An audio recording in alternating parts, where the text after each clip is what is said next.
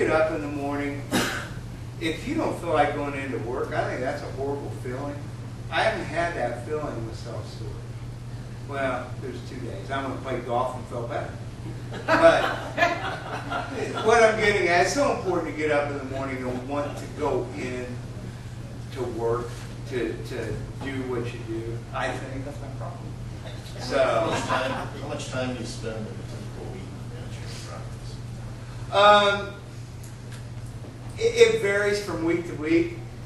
There can be weeks where I maybe spend a total of 30 hours, but then there's some other weeks where it may be 60, 65.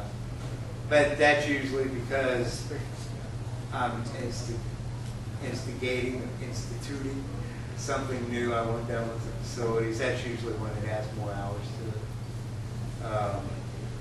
My facilities, with the exception of Fort Wayne, are open basically 10 to 4 Monday through Friday. If you need to come in and see us in the evening or on a weekend, you can call and make an appointment. And that all goes back to training your customers. And not just the people renting from you, but the people in the community. You put all that information out there. This is how we operate. They get used to seeing that, and you can train them. Sometimes it's easier to train them than it is your kids. You know? So, usually that gets a laugh, but I guess it's getting away. So, yes, ma'am. I was curious, how long do you typically plan to hold your facilities, and then competition-wise or market-wise, what would cause you to exit that market? I don't see, wow, and I don't mean to sound like a jerk if I do when I say that. I don't see anybody competition-wise in the markets that I'm in that could cause me to leave at this point in time. Or just general market? But as far as getting out of the business, Yeah. I intend to be there till I retire. And I don't know when I'm going to retire. Because right now I enjoy the business. When I wake up in the morning, I look forward to going to work. I'd say you're a good 10 years away from it. Maybe. Maybe 20. Are you looking to buy his facility? I was just curious, No, because they're when not. you get in, there's always an exit strategy of at least one or two, right? Well, yeah, and there is an exit strategy, but it involves public storage and big fantasy and them offering all kinds of money. No, my exit strategy is that when I get to the point that I do start seriously thinking about retirement, I'm giving myself 3 years to sell. And I'm going to be probably very finicky on it myself. What do you see as, I guess, the markup for the sale? Is it based on like EBITDA or cap rates or? Yeah, you know, EBITDA plays into so many things, but I don't know that it really plays into self-storage very much. Your occupancy and how long you have that occupancy is one of the biggest things that's going to come into play on your asking price because of the revenue that's being generated.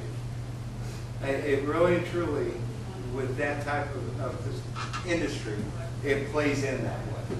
It really does.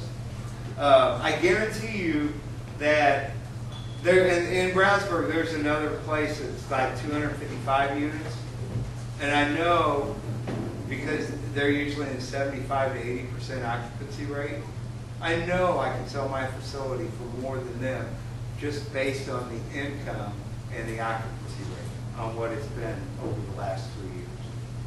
So those are the things that factor in, that would factor into your exit strategy. I just want to add something. I swear not asking to contribute to this, but having sat through the class, I will tell you that as far as the competition question, the way he runs his facilities is very different from anything in a facility that I've used. I've moved a lot in my life, so I've used self-storage more than once in the past. Definitely, what Kevin's philosophy of management is, it helps separate his facilities from competition significantly. We use that old politically correct term about thinking outside the box. And I hate that term, but I mean, we do some things that we're just different from other people. First of all, I like to have fun. So, I mean, even when I'm at work, I still want to be able to have fun. And sometimes ticking off the competition's fun, right? So, and there's just different ways that you can do it. And there's a lot of those ways you can do it, and it doesn't cost you any money.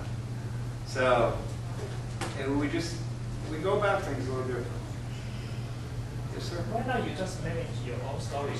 Do you plan to help other people to manage their self-storage? Yeah, actually, we have a property management company.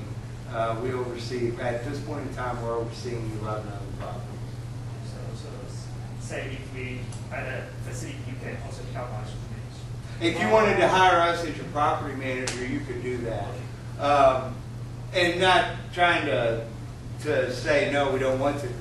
A lot of times you want a property management company that is very familiar with the area that you're in. We could come in and do the job for you, wouldn't worry about that at all, but you want to look at everything that's available to you too. I'm never going to tell you somebody else will do a better job, but the fact is that you do have to look at something like that too. I mean, 8 of the facilities that we oversee are in other states. So, Okay, I'm kicking you off the stage. okay. And guys, if you have If any you want to set up questions, an appointment with Kevin, be sure to come see me. I've got cards Yeah. here. If you'd like to sign up for the class tonight, we're taking it right do here. that. And if there are any other questions that you have, get an email address from Linda and email me the question, or 2 or 3 or whatever you might have. I'll be happy to answer them for you. Take advantage of the 30-minute consultation. Seriously, come see me. I don't see anybody flocking to see me. It's a good business to be I have in. no friends. It is. Eric's going to start it All off. right, thank you. I always feel better when someone comes see me.